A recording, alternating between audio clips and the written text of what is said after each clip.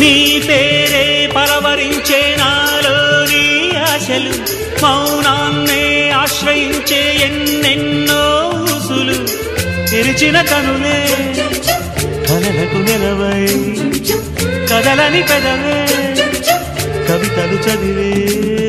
ఎన్నెన్నెన్నో గాథలున్న నీ భాషని ఉన్నట్టుండి నేర్పినావే ఈ రోజుని నీ జతలు క్షణమైన బ్రతుకును చరితగా మార్చేస్తుందమ్మా